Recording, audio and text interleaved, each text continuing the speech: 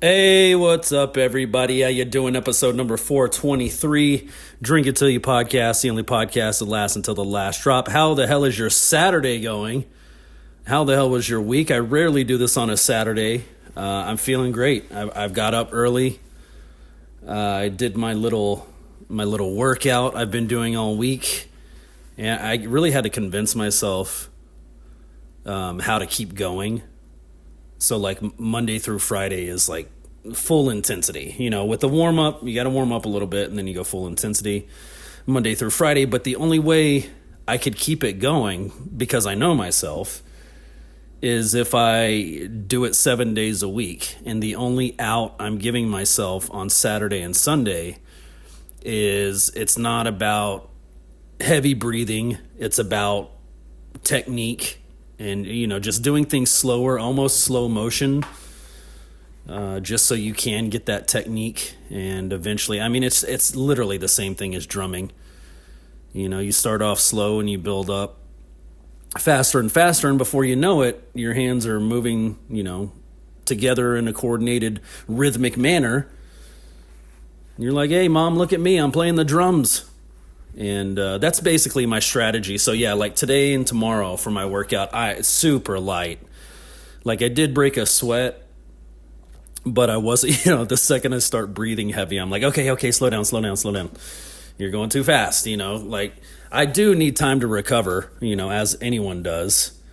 But just a dead stop on Saturday and Sunday, dude, I know Monday would roll around and I wouldn't be doing shit, because I've already taken 2 days off. So, I'm doing it 7 days a week, Monday through Friday being the most intense. And then Saturday and Sunday kind of, still doing the thing, just a little bit lighter, just to keep that pattern going. I still have to etch out the same amount of time to do the workout. So then it just feels normal. It's definitely a different time of day than I would normally do it. But that's not the point. The point is to keep it going, and that's what I did. Saturday, so far, so good. We'll see about tomorrow. What I'm drinking, by the way, I have 2 of these Lone Star beers left, 16 fluid ounces, so that's what I'm drinking for this episode. If you got them, drink them. Bottoms up. Cheers, everybody.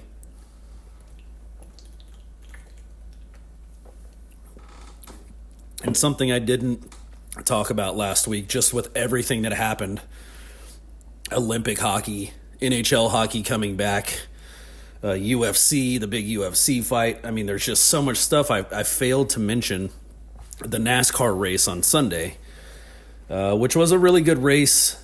Bell always does this thing that I question it every time. I think this is actually how he got me to become a fan.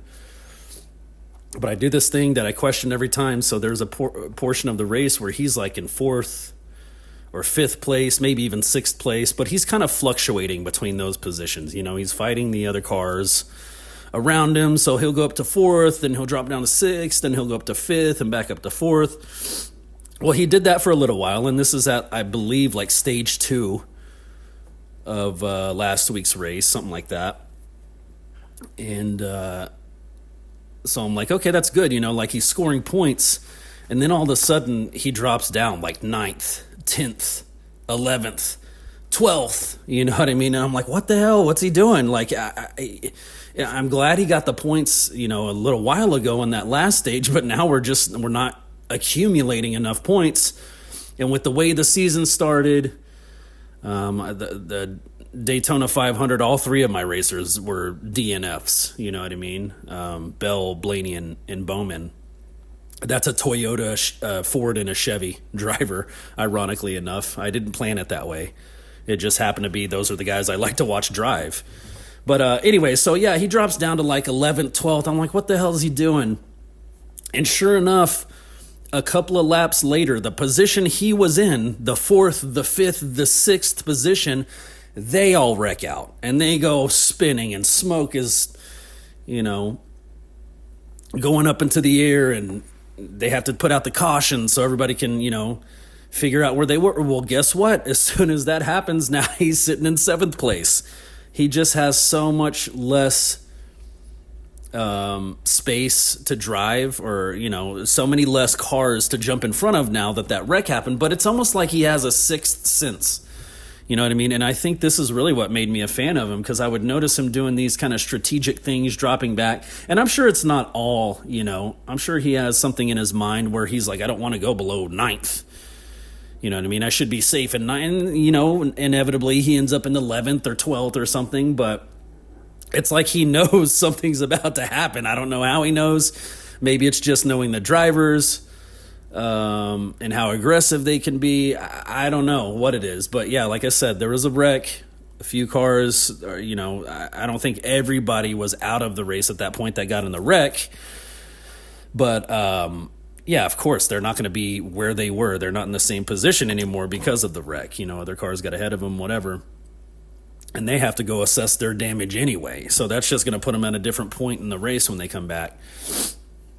So anyways, so he slows down. He gets back up to like 7th after the wreck, and he's fighting for like the top spot. Like he's turning it on now, like near the end of the race. I think there was like 20 something laps to go, and he's in 2nd place. And then at some point he was in 1st place.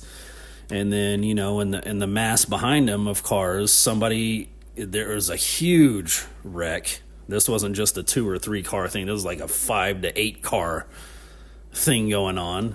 Some people made it through and got to keep racing, some others didn't. And then when they restart, it's like, I can't remember who was 1st place, but Bell was 2nd place and Hocevar was either 3rd or 4th. I think he had to be 4th to be in line behind Bell where he was. So anyways, they're starting back up after the caution, and there's just like the tiniest gap, like enough gap for a human to walk through, between Bell and the leading car.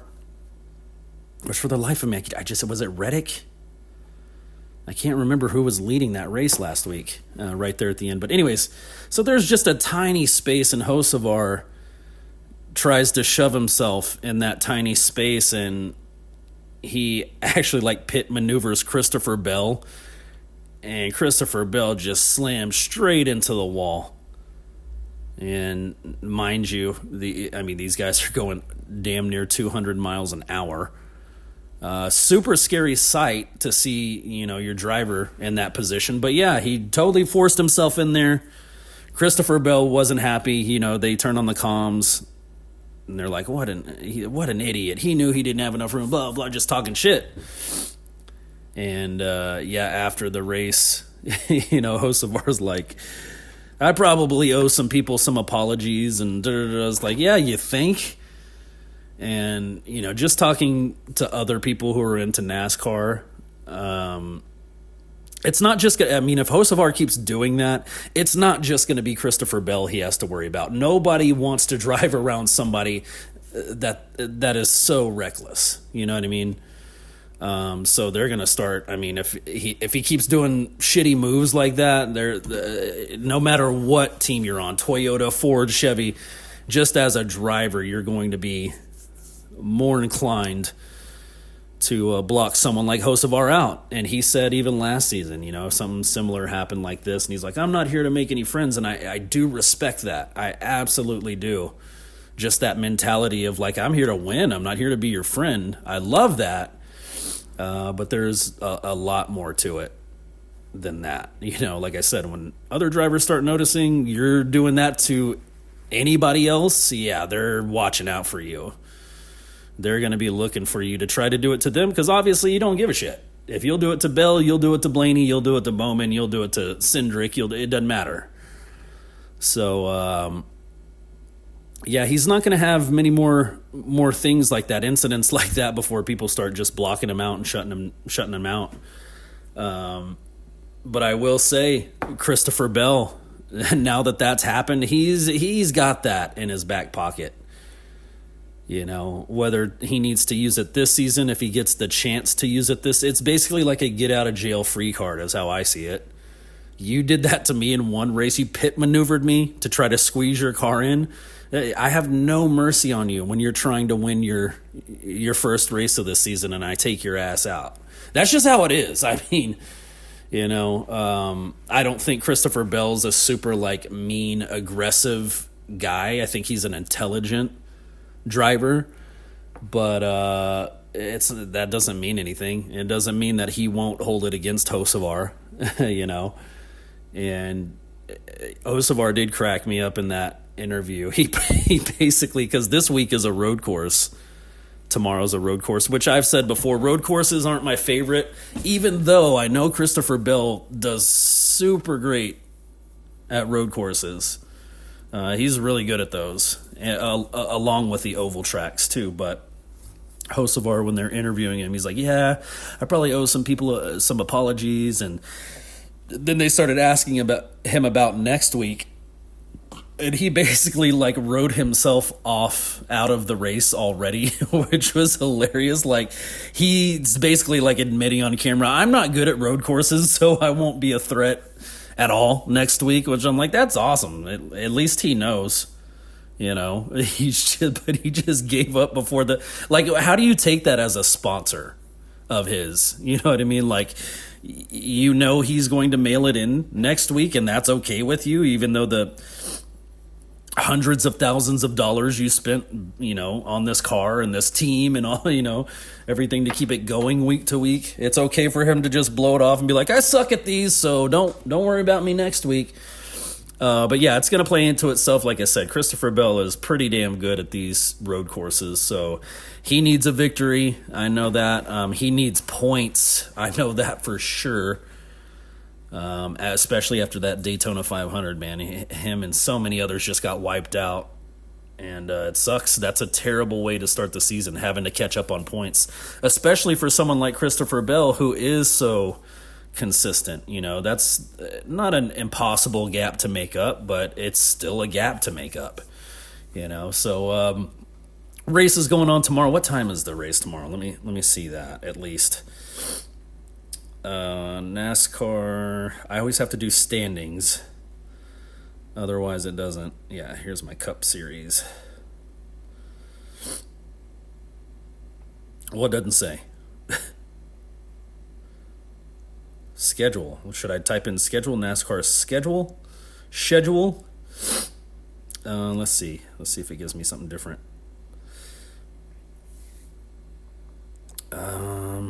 That's the Truck Series. Where's the Cup Series? There is the Cup Series. Yeah, tomorrow, 2:30 p.m., Circuit of the Americas. That'll be a lot of fun. Let's go, Christopher Bell. Let's go ahead and have another drink. Cheers, everybody.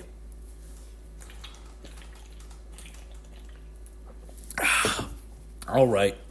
Moving on. Today, it does feel weird doing this on a Saturday, but I kind of like it. It'll free me up tomorrow to do absolutely nothing aside from my little hour light workout. So yeah, UFC today, Moreno versus Kavanaugh are the headliners. Let's see. I'm just looking at records here. Martinez versus Vera, the co-main. Vera is 23-11-1. Martinez is 13-1-0. That's a damn good record to start off with. Let's see. Zol Huber, 15-3-0 versus Green. Oh, King Green, 33-17-1 and 1 no contest. Bunez, 14-8-0 versus Shirez, 12-6-0. So yeah, there's some good fights. I love. That's what I look at first, especially if I don't recognize the fighter. I look at the record. This guy, Rodriguez versus Borjas. Rodriguez is 6-0-0. He's got a lot to lose there. But that's what makes exciting fights, Everybody's trying to protect that undefeated streak. What can anyone say if you can't be beaten? You know what I mean? You become the greatest if you can't be beaten. So, yeah, that'll be a lot of fun today. Looking forward to that. Paramount, I just got to say, man, I keep telling all my friends about this, and I know they're sick of hearing about Paramount, but I really am, excited that they took over the UFC, and I was excited at first, but it's just, the excitement keeps building just for the way that they're doing it. It's I went, on the app a few days later after that Hernandez Strickland fight, And, I click on the app, and I click on the UFC, the last event that I watched, and it starts right at the main event, where Strickland's walking out and then Fluffy's walking out and stuff. I love that. I need that. I think many adults need that. Dude, sometimes I'm exhausted from working all week and I'm just sleeping all weekend. That's all I can think to do. I'm just so damn tired, and sometimes, I'm getting better about managing my sleep and stuff. That's really what it boils down to. I'm such a night owl, dude. Like, I'll stay up and pay for it the next day. But anyways, so yeah, oftentimes, dude, these events, they go to 9, 10 o'clock on a Saturday night, and this is sounding so lame now that I'm saying it out loud, but I'm fucking in bed, bro. Like, I'm not out I don't do that shit. I'm not out at the fucking club or the bar. Like, it's the reason of having a house. Like, this is my club. This is my bar that's open 24/7 whenever I want. So anyways, I'm just saying all that to say, sometimes I fall asleep and miss the main event. And I love the luxury of being able to go back and watch the whole thing if I want to in its entirety. The other thing I discovered on there, and all of this is just like part of the $10 package you get with Paramount, but I love the Zuffa boxing that they're doing. They're picking out these professionals and putting them against each other. And dude, the 3 fights, the Zuffa boxing last weekend, the 3 boxing matches they had were all freaking great. And basically what they're trying to do is, just put that UFC format to boxing. And I love boxing, but it's just so long and drawn out, and there's just, I don't know. You need that faster pace. I want that faster pace of the MMA. And it really felt like the prelims from that first Paramount UFC event, where it was like as soon as the last guys got the decision called of who won the fight, the other 2 dudes are already walking down to the octagon. You're not waiting. You're not hearing all this extra buildup. I love the amount of fights they did, too. They just did 3 fights in 3 different weight classes, the last one being heavyweight. And it's like, that's perfect, dude. Like, I don't need 15 prelims of boxing of people I've never heard of. You know what I mean? Like, it's a little different with MMA. I feel like it's a little more exciting just for the weapons that they get to use against each other, like the elbows and the knees and, kicking to the head. Yes, I want to watch I will watch 15 prelims of that. You know what I mean? But boxing, dude, they just did a 3 quick fights and that was the event, and it was awesome. And now I saw the advertisement for the other thing that Dana White's doing, which is it's strictly Brazilian Jiu-Jitsu. That's it. You're not striking. You're not doing any of that, which is so freaking cool, man. Like, I just like the opportunity. Like, I see what he's doing, I think.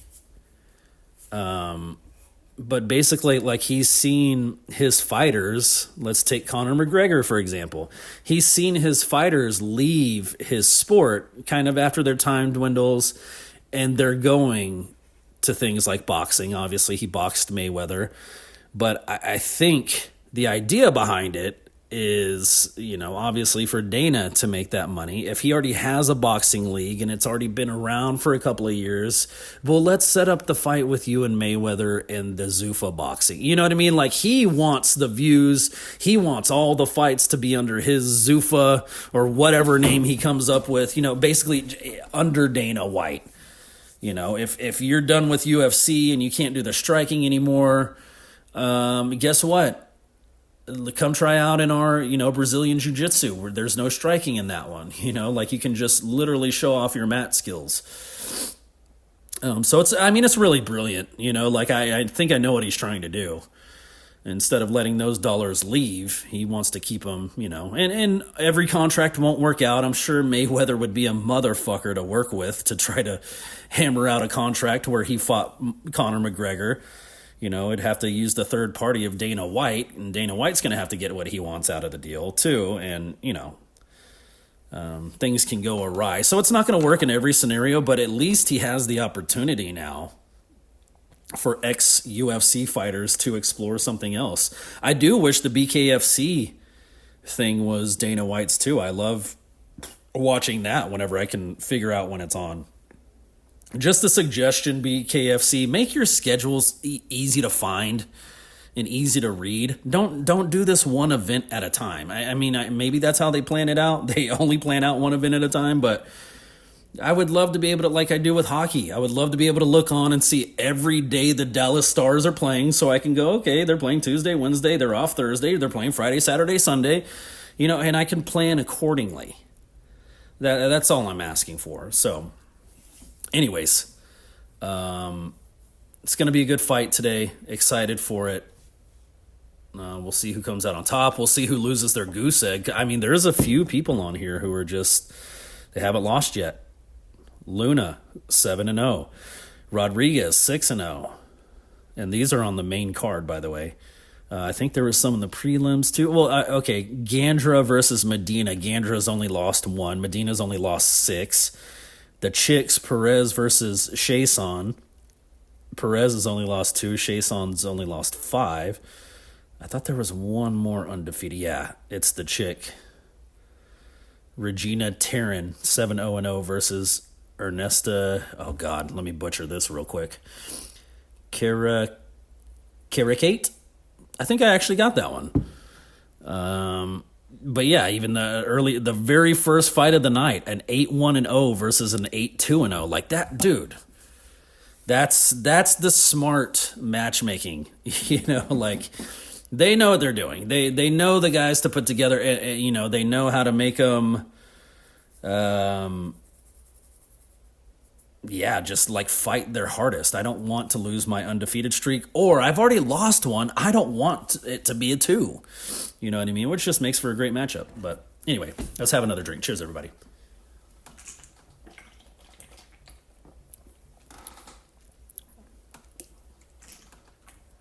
All right. There is hockey on today. Mercifully, the NHL is back. I really needed it. I was missing it so bad, man. Like, I'm just so happy it's back. Let's see. What have I been watching? Yeah, I watched the Sabres game last night. Sabres come out on top there. That's 2 in a row the Sabres have won since they've been back from the, I almost said the All-Star break, the Olympic break. The Mammoth beat the Wild last night 5-2. Dude, as you know, like I jumped on bandwagons this season, Sabres being one of those, the Flyers, dude, shout out NHL 94. I always played with the Flyers in that game. I loved them. The Panthers on the bandwagon, the Jets, I'm on the bandwagon. One team that I just wasn't planning on watching very much of was the Utah Mammoth. And it's not that I have anything against them or anything like that. It's just with how many teams I'm already following. I didn't even mention my main team, my Dallas Stars. Out of all the teams I'm already following, it's hard to keep adding to it. But the only reason the Mammoth have made their way into my heart and into my schedule is because they're fun to watch, dude. They're really fun to watch. Like, the way they, last night, and I know Minnesota was coming off of a back-to-back. They'd won a huge game the night before against Colorado, which, I mean, that's going to take a lot out of you. So we have to keep that in mind as the Wild lose the next game. But, dude, I mean, the Wild couldn't do anything. The Mammoth just had the pedal to the floor. I mean, the second period, it really ramped up for the Mammoth. But, I mean, they basically early on put it out of reach, and Minnesota was just never able to recover.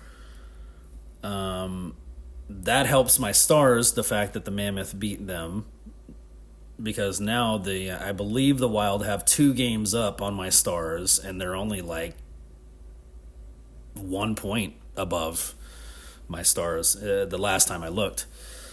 So, anyways, but they were just really fun to watch, man. Like, I know they kind of get granted these players around the league when they first start their team, so it's a little bit of an advantage. It's not like you're getting newbies in there, like all rookies who are learning how to play together. These are guys who have been in the NHL for years already.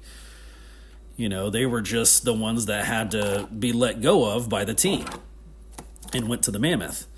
But, yeah, even with that said, their chemistry that they've built over the past couple of years is great, and they're really fun to watch. They're fast, they're physical, they can shoot.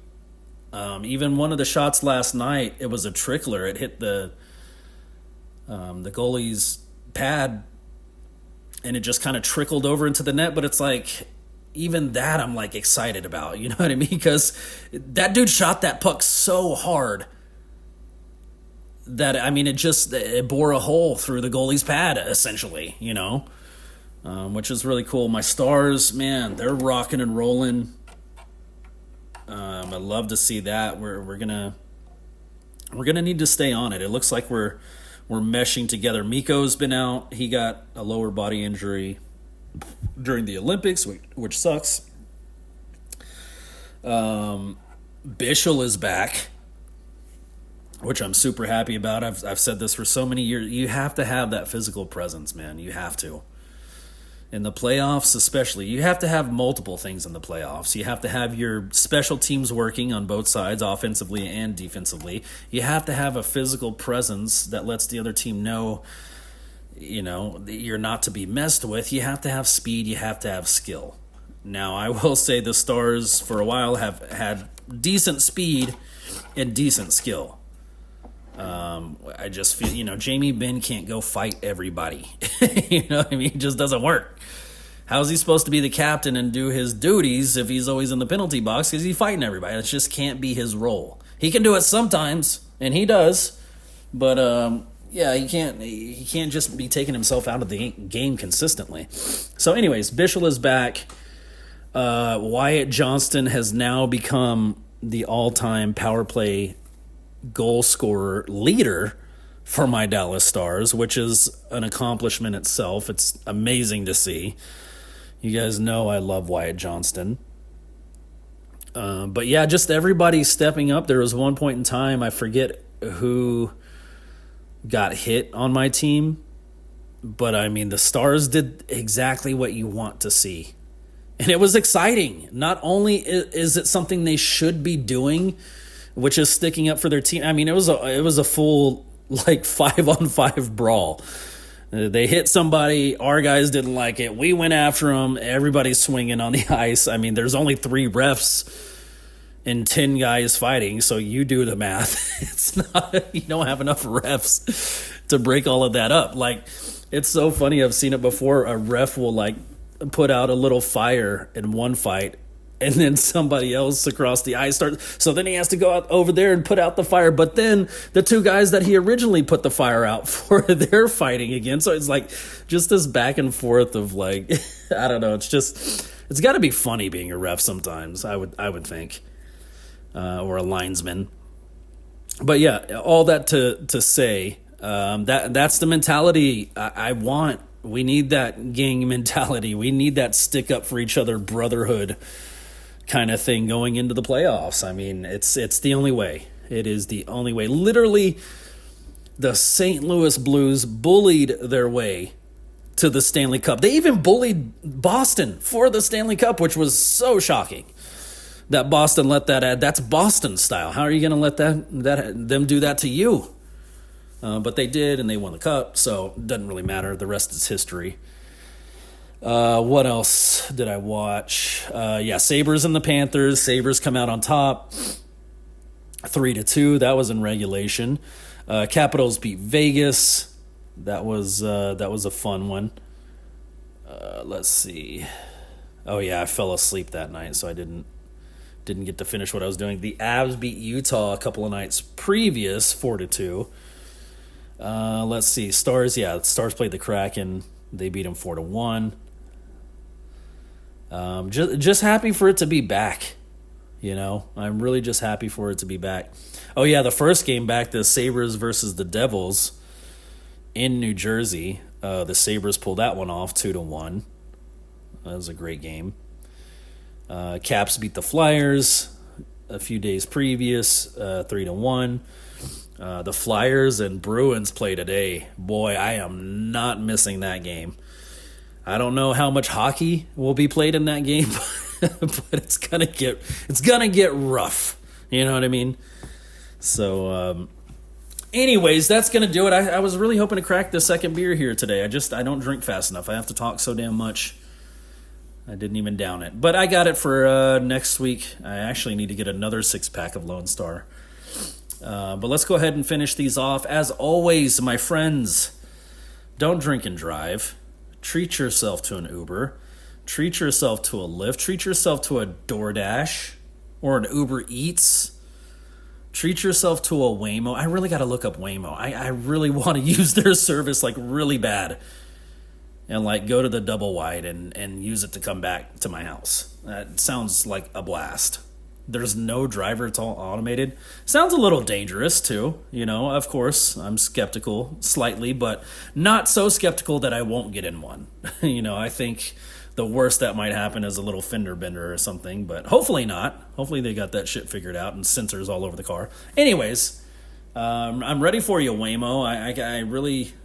I'm really looking forward. I mean, what is it, January, February?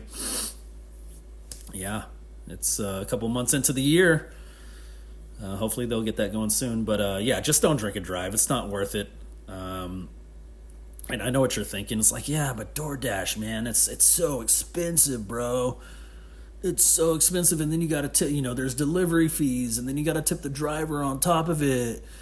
And it's like, I get it, but what's worse? The $60 you're going to spend on DoorDash or the $200 at least in legal fees for later on, and possibly losing a job. It's just not worth it. So with that said, we're going to go ahead and finish these off. If you got them, drink them. Bottoms up. Cheers, everybody.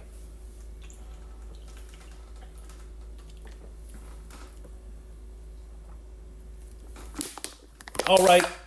That's going to do it for me. I will talk to you all next week. Let's go, Bell. Let's go, Stars. Let's go UFCs. And I will talk to you guys next week. I love you all. Bye.